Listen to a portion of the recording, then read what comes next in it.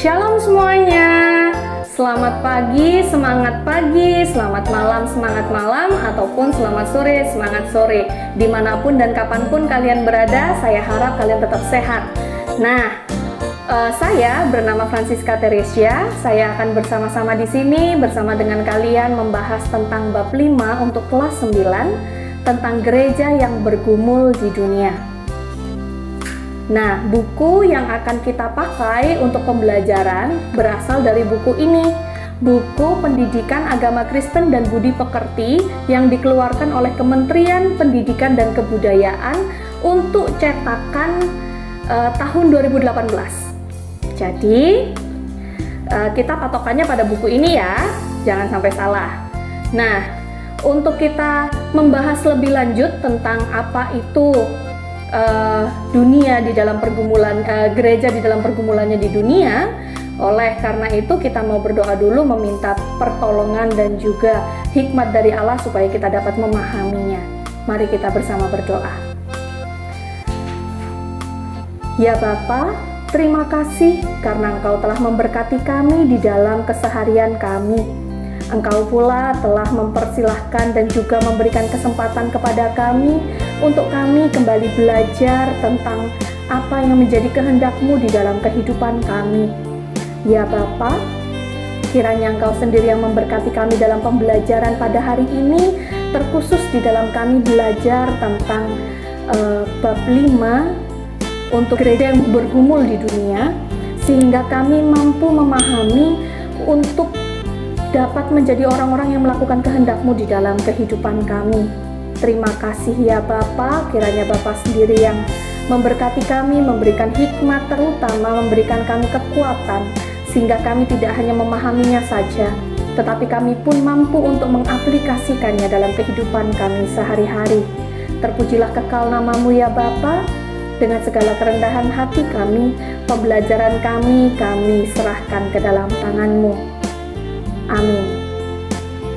Nah, tujuan pembelajaran kita pada hari ini adalah yang pertama, supaya kita dapat menyebutkan dua jenis kewarganegaraan yang dimiliki oleh setiap orang Kristen.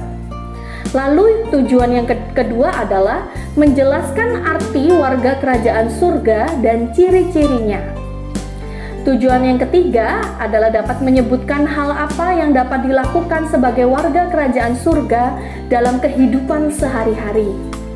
Tujuan yang keempat adalah kita pun dapat menyebutkan hal-hal yang harus diubah sebagai pribadi maupun sebagai warga gereja untuk mewujudkan kehendak Tuhan dalam kehidupan sehari-hari. Nah, kita sudah tahu keempat tujuan pembelajaran kita pada hari ini. Oleh karena itu, sebelum kita masuk lebih lanjut, kita mau uraikan semua tujuan pembelajaran ini satu persatu. Kita mau bersama-sama memuji Tuhan terlebih dahulu. Kita akan memuji Tuhan dari Kidung Jemaat nomor 260, baitnya yang pertama. Kita pujikan bersama-sama. Dalam dunia penuh kerusuhan, di tengah permusuhan, datanglah kerajaan-Mu. Di gereja yang harus bersatu, agar nyata manusia baru, datanglah kerajaan-Mu,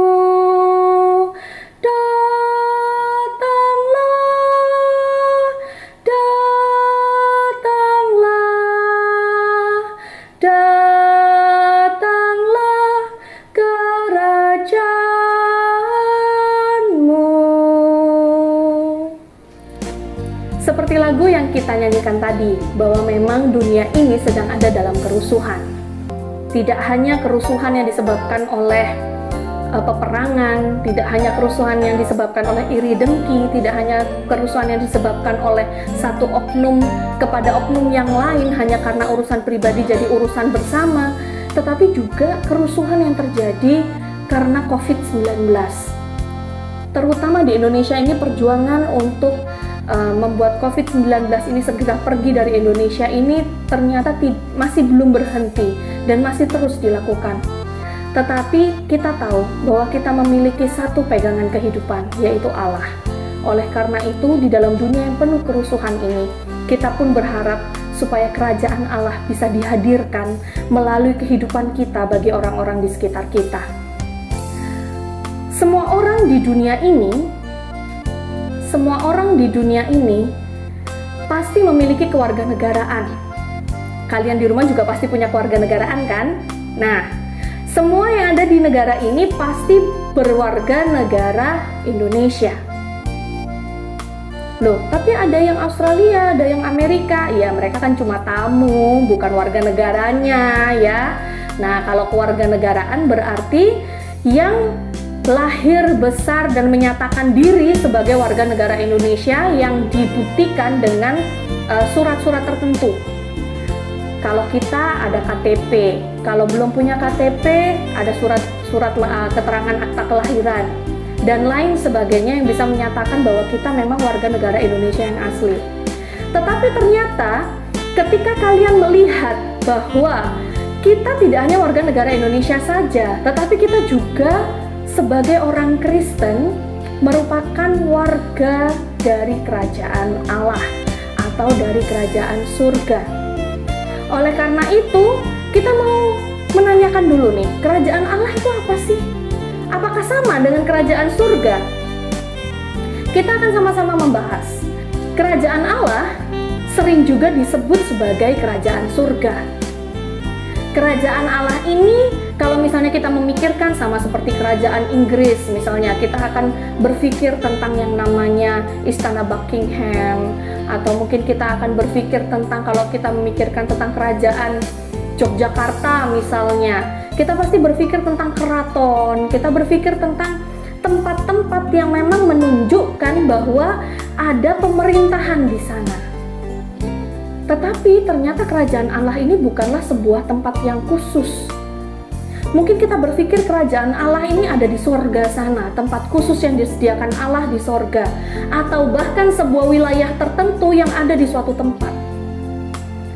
Ternyata kerajaan Allah itu tidak merujuk pada suatu tempat. Nah, anak-anak di rumah, lalu definisi kerajaan Allah itu yang seperti apa? Definisi kerajaan Allah lebih kepada sebuah keadaan di mana beberapa orang percaya bersekutu dan menyerahkan dirinya di bawah pemerintahan atau kehendak Allah seutuhnya.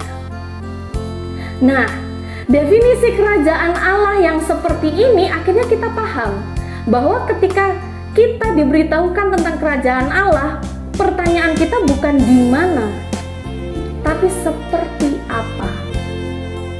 Karena memang kerajaan Allah ini tidak merujuk kepada sebuah tempat, tidak pernah merujuk kepada sebuah tempat. Kalau misalnya ada yang bertanya, loh Tuhan Yesus menyediakan tempat bagi kita di surga loh Bu, iya. Tapi apakah Tuhan Yesus mengatakan kerajaan Allah? Tidak. Tuhan Yesus mengatakan Tuhan menyediakan rumah kita di surga. Berbeda ya. Jadi kerajaan Allah itu adalah sebuah kata sifat, sedangkan sorga adalah sebuah kata benda. Jadi kita harus memahami betul kerajaan Allah sama dengan kerajaan surga, karena Matius dan Markus serta Lukas menyebutnya antara kerajaan Allah dengan kerajaan surga.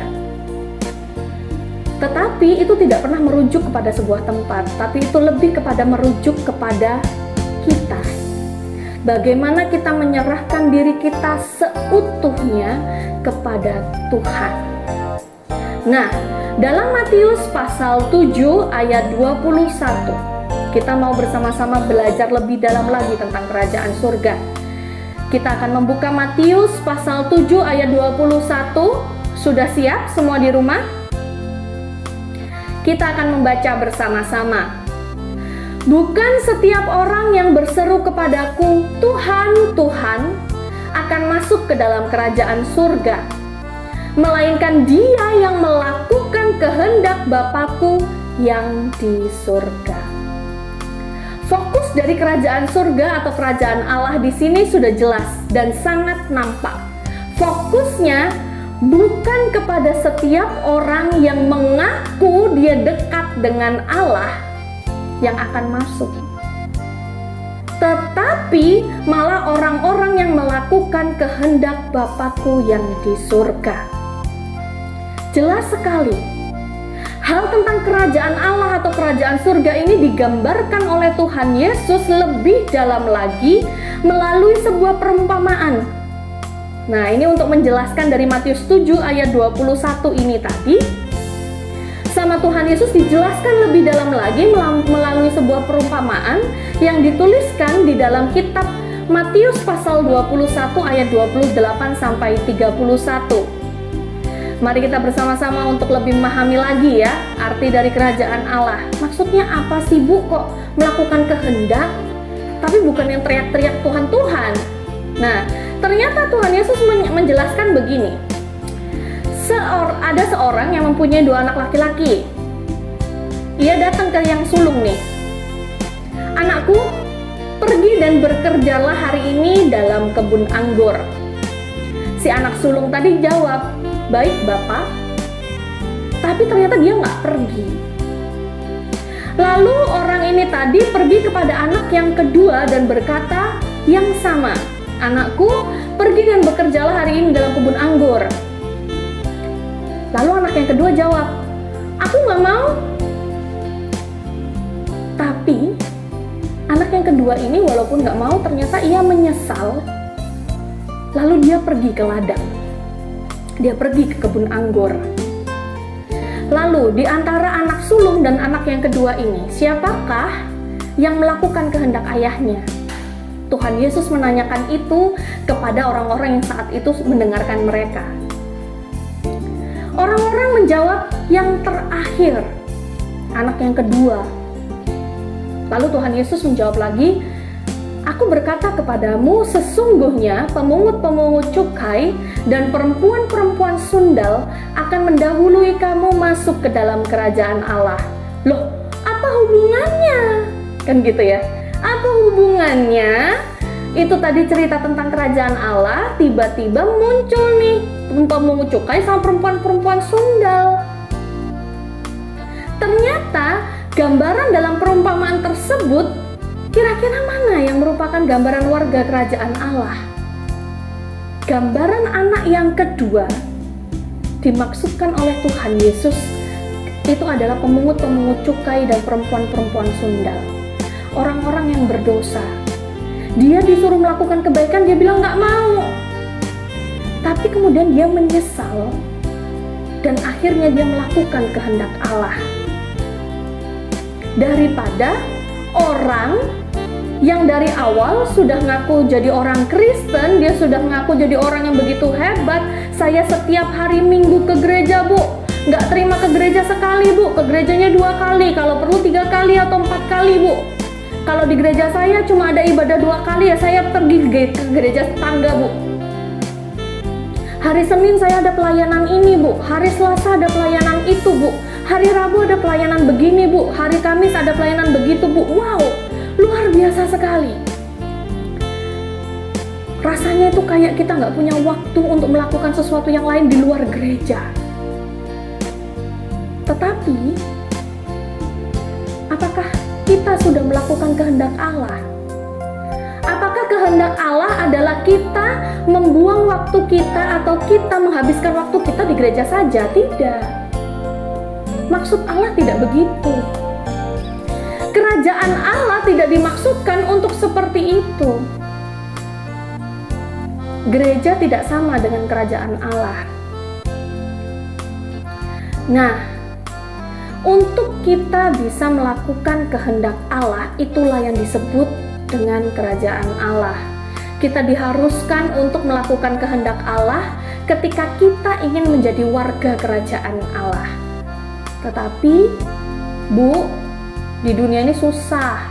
Bener, di dunia ini susah. kita sering dibuat bingung dengan bagaimana kita bisa hidup di dunia dengan melakukan kehendak Allah tanpa harus nampak freak atau aneh. Kita kan sering tuh anak alim, jangan diganggu-ganggu anak alim mah. Atau mungkin ada yang disebut kita kalau misalnya kita baru ngomong nih ya, jangan nyontek itu nggak baik.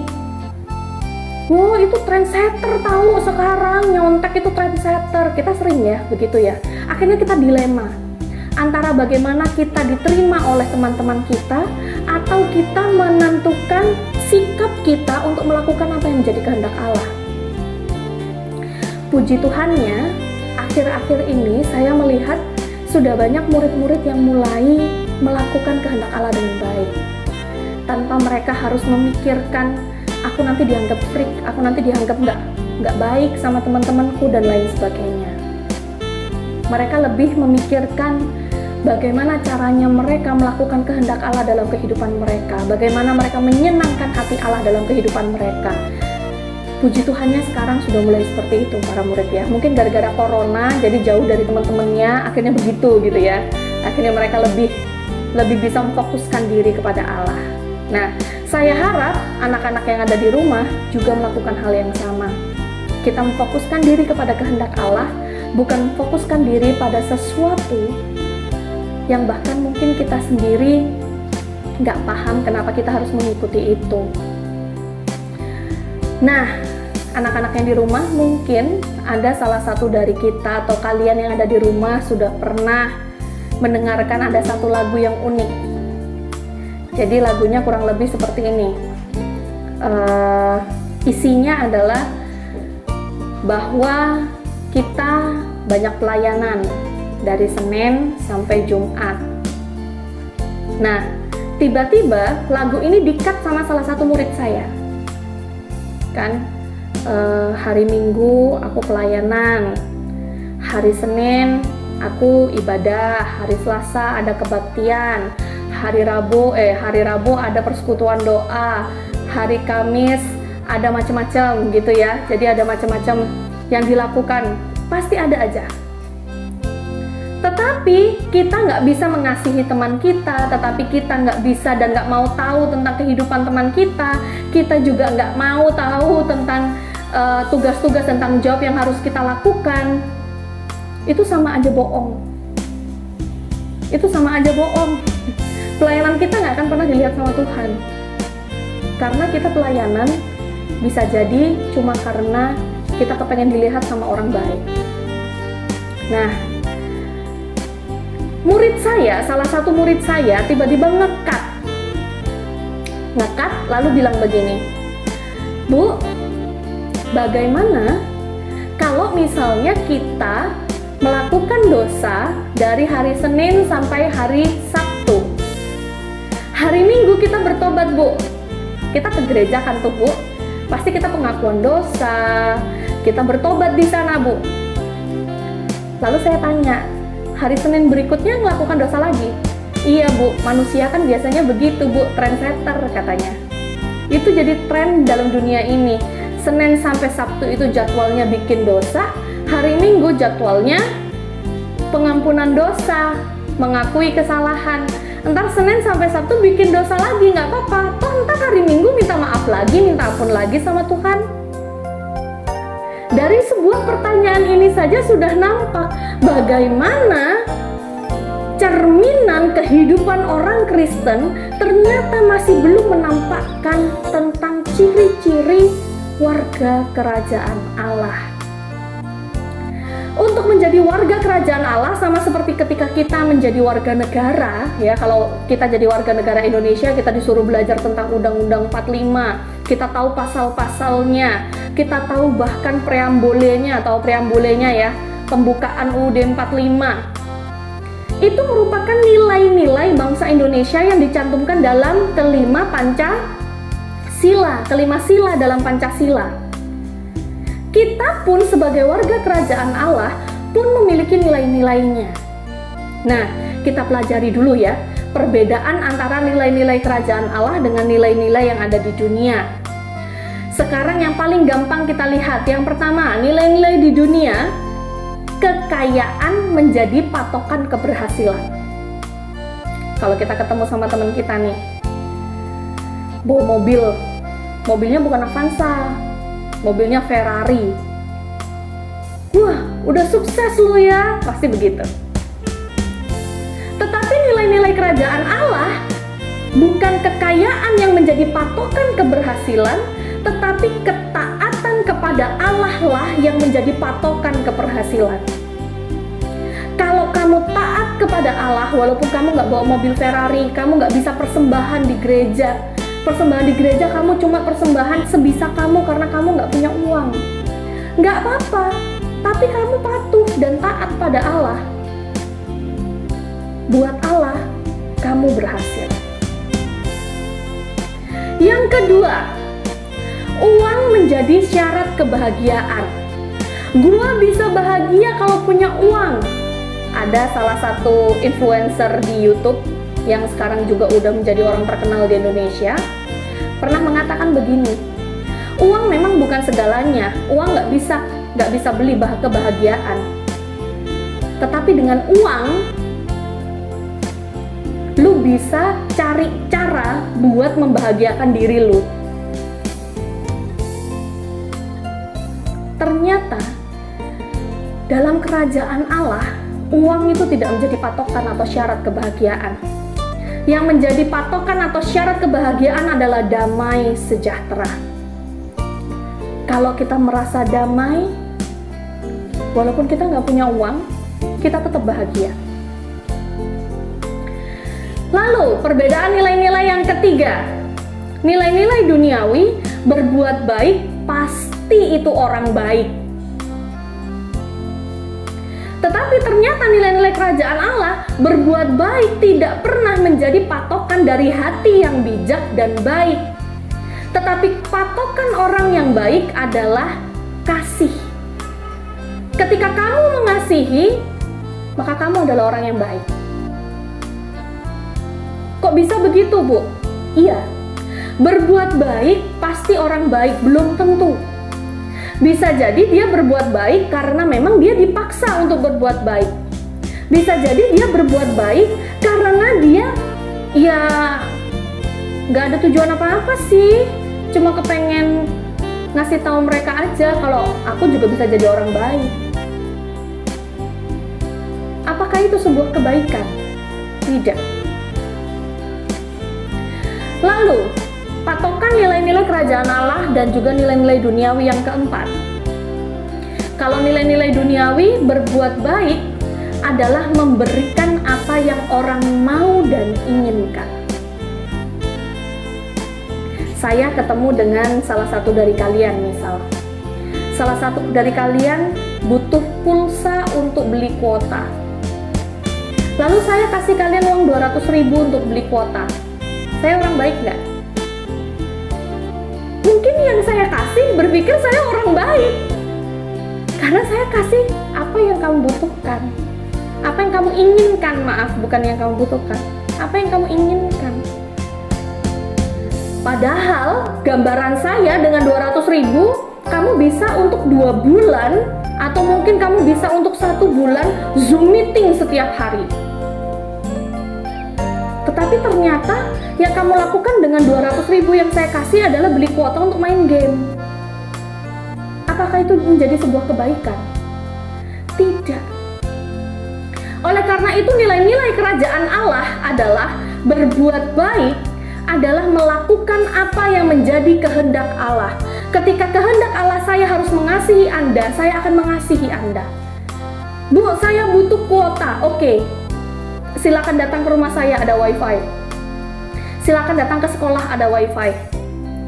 Loh Bu, sekarang nggak boleh datang kemana-mana. Oke, saya kasih secukupnya 50.000.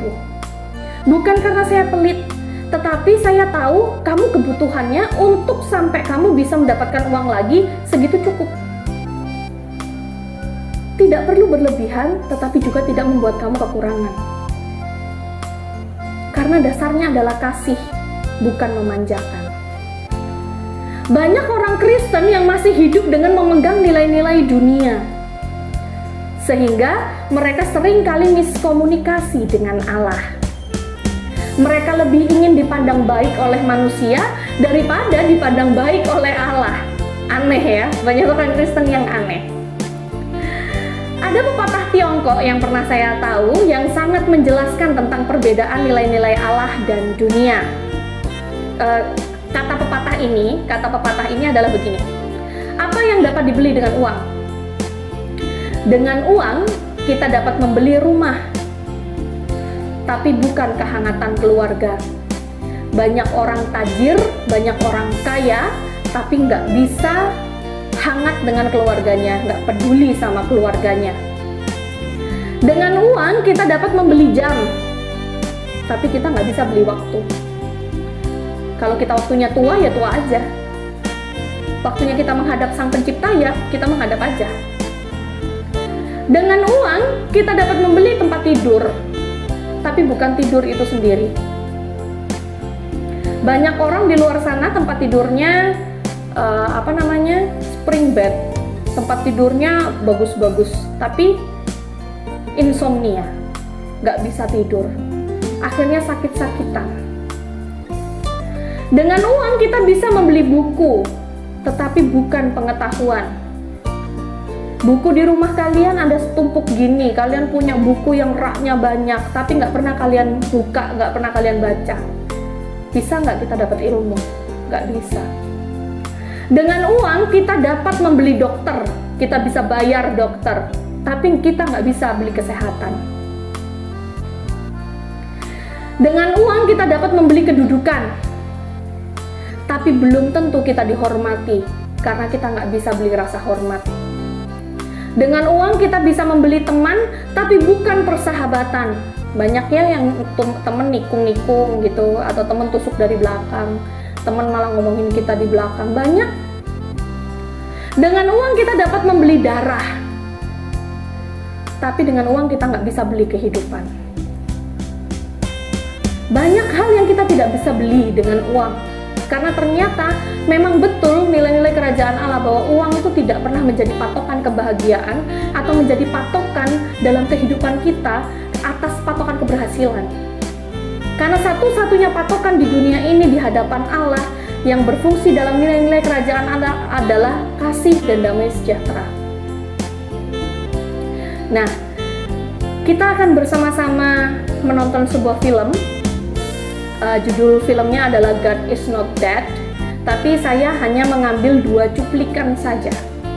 2 cuplikan ini bercerita tentang bagaimana si mahasiswa ini berusaha menjelaskan kepada dosennya yang ateis atau menganggap bahwa Tuhan itu sudah mati. Dia berusaha meyakinkan teman-temannya sekelas bahwa Tuhan itu belum mati. Kita akan sama-sama tonton ya. Videonya ada di samping ini. Silakan kalian tonton terlebih dahulu, lalu kalian pelajari apa pesan-pesan yang ada dalam video tersebut. Nah, gimana filmnya? Dari cuplikan film tersebut, kita belajar bahwa warga kerajaan Allah diharapkan dapat memahami kehendak Allah dan melakukannya dalam kehidupannya sehari-hari, tanpa takut dengan pikiran atau ancaman dari pihak lain. Tidak takut untuk nampak berbeda dari sekitar kita, jika memang itu cara kita untuk melakukan kehendak Allah. Kehendak Allah loh ya, bukan kehendak kita. Nah, dari film itu kita benar-benar ditunjukkan bahwa terkadang kita harus berjuang untuk melakukan kehendak Allah. Kita harus paham betul apa yang menjadi kehendak Allah sehingga kita tidak salah dalam mengambil keputusan. Kata si dosen bilang, kalau kamu nggak mau bilang kalau God is not dead, kalau kamu nggak mau bilang kalau Tuhan itu nggak mati, atau kalau kamu nggak mau bilang kalau Tuhan itu mati, kamu nggak bisa saya kasih A, dan kamu nggak bisa lulus dari kelas saya. Dari 60 siswa yang ada dalam kelas itu, hanya 1 siswa yang bilang, no, Tuhan tidak mati. Hanya 1 siswa saja, dan dia mati-matian menunjukkan, memastikan kepada teman-temannya, meyakinkan teman-temannya bahwa Allah itu tidak mati. Dan bahkan di akhir cerita pun dia mampu menunjukkan kepada dosennya bahwa Allah itu tidak begitu kepada Anda. Allah itu tidak sejahat itu kepada Anda. Allah itu nggak mati. Kita yang mematikan diri kita di hadapan Allah, sehingga akhirnya kita tidak mampu memahami apa yang menjadi kehendak Allah dalam kehidupan kita. Kalau kalian mau melihat atau menonton filmnya lebih lengkap, silahkan. Judul filmnya adalah God is Not Dead. Itu bagus sekali. Nah, anak-anak yang ada di rumah, lalu apa yang bisa dilakukan gereja di dunia ini? Apa sih peran gereja dalam dunia ini? Peran gereja atau orang-orang Kristen di dunia ini bukan hanya gereja secara gedung atau secara struktural ya, tetapi kita sebagai gereja, orang-orang Kristen sebagai gereja. Yang pertama adalah menjauhkan diri dari keinginan-keinginan daging. Nah, ini juga merupakan salah satu ciri-ciri dari kerajaan Allah. Kita menjauhkan diri dari keinginan-keinginan daging. Maksudnya bagaimana? Gereja atau orang Kristen diharapkan dapat menempatkan prioritasnya dengan tepat. Jangan sampai kita salah prioritas. Bukan kepada keinginan daging atau keinginan kita sendiri, tetapi kepada kehendak Allah. Lalu yang kedua, mewujudkan perbuatan-perbuatan baik sesuai dengan kehendak Allah. Jangan sampai kita lupa akan misi kita mewartakan kasih Allah. Malahan kita sendiri yang meributkan hal-hal duniawi seperti kekuasaan, harta, kedudukan. Di gereja pun masih banyak hal-hal ini terjadi. Jangan sampai kita hilang, kita melupakan misi kita untuk mewartakan kasih Allah dalam kehidupan kita. Lalu yang ketiga adalah tetap menjadi perwujudan kasih di tengah-tengah pergumulan. Bahwa kita diharapkan untuk tetap memberikan dan menunjukkan kasih walaupun kita dihina, difitnah, disakiti, atau bahkan orang yang kita tuju atau orang yang kita baikin nih ya, nampak nggak baik sekalipun, atau nggak menerima kebaikan kita sekalipun. Nah, kesimpulan untuk materi kita hari ini adalah, sebagai orang Kristen kita hidup dengan dua kewarganegaraan. Warga negara di mana tempat kita tinggal, yaitu Indonesia ini kalau untuk kasus kita, dan yang kedua adalah warga negara kerajaan surga atau kerajaan Allah. Dengan demikian kita terpanggil untuk mewujudkan nilai-nilai kerajaan surga di dalam hidup kita sehari-hari, baik secara pribadi maupun bersama-sama sebagai gereja atau persekutuan. Tuhan Yesus mengajarkan banyak sekali hal yang berkaitan dengan nilai-nilai kerajaan Allah, yang seringkali bertabrakan atau berlawanan dengan nilai-nilai yang ditawarkan oleh dunia. Dalam pelajaran ini kita belajar bahwa tidak semua yang ditawarkan oleh dunia itu buruk, dan tidak selamanya kehidupan gereja sendiri telah menjadi teladan dan berkat bagi orang lain. Jadi kita tetap harus berhati-hati. Sebagai gereja Tuhan di muka bumi ini, kita perlu bekerja keras dalam membedakan apa yang menjadi kehendak Allah dan apa yang menjadi keinginan dunia yang berlawanan dengan nilai-nilai kerajaan surga. Demikian pelajaran kita tentang gereja sebagai di dalam pergumulannya di dunia. Selamat berjuang menjadi warga kerajaan Allah untuk anak-anak di rumah, dan tolong diingat bahwa the best things in life are not things. Benda yang paling terbaik ternyata adalah bukan benda. Coba dipahami dan direnungkan kata-kata saya ini. Semoga ini menjadi bekal bagi kita semua supaya kita dapat menjadi warga kerajaan Allah yang baik. Mari kita berdoa. Bapa di surga, kiranya Bapa sendiri yang memberikan hikmat kepada kami sehingga kami mampu untuk menjadi warga kerajaan Allah yang Engkau kehendaki. Kami mampu menerapkan nilai-nilai kerajaan Allah sebagai sosok warga kerajaan Allah yang baik, sehingga kasih, damai, sejahtera dapat kami sebarluaskan melalui setiap tingkah laku dan tindakan kami. Ajar kami Bapa untuk kami dapat berdiri tegak sebagai warga kerajaan-Mu, sehingga kami suatu ketika nanti dapat Engkau sebut sebagai anak-anak-Mu dan Engkau panggil dengan penuh kebanggaan kembali ke dalam pangkuan-Mu. Terima kasih ya Bapa. Sebentar lagi kami akan menyudahi pelajaran pendidikan agama Kristen dan budi pekerti pada hari ini. Kiranya Bapa sendiri yang menyertai sehingga kami dapat menjadi anak-anak-Mu yang melakukan kehendak-Mu dalam kehidupan kami sehari-hari. Di dalam nama Tuhan kami Yesus Kristus, kami serahkan seluruh kehidupan dan juga hidup kami ke dalam tangan-Mu. Biarlah semuanya itu dapat berkenan di hadapan-Mu. Amin. Terima kasih semuanya.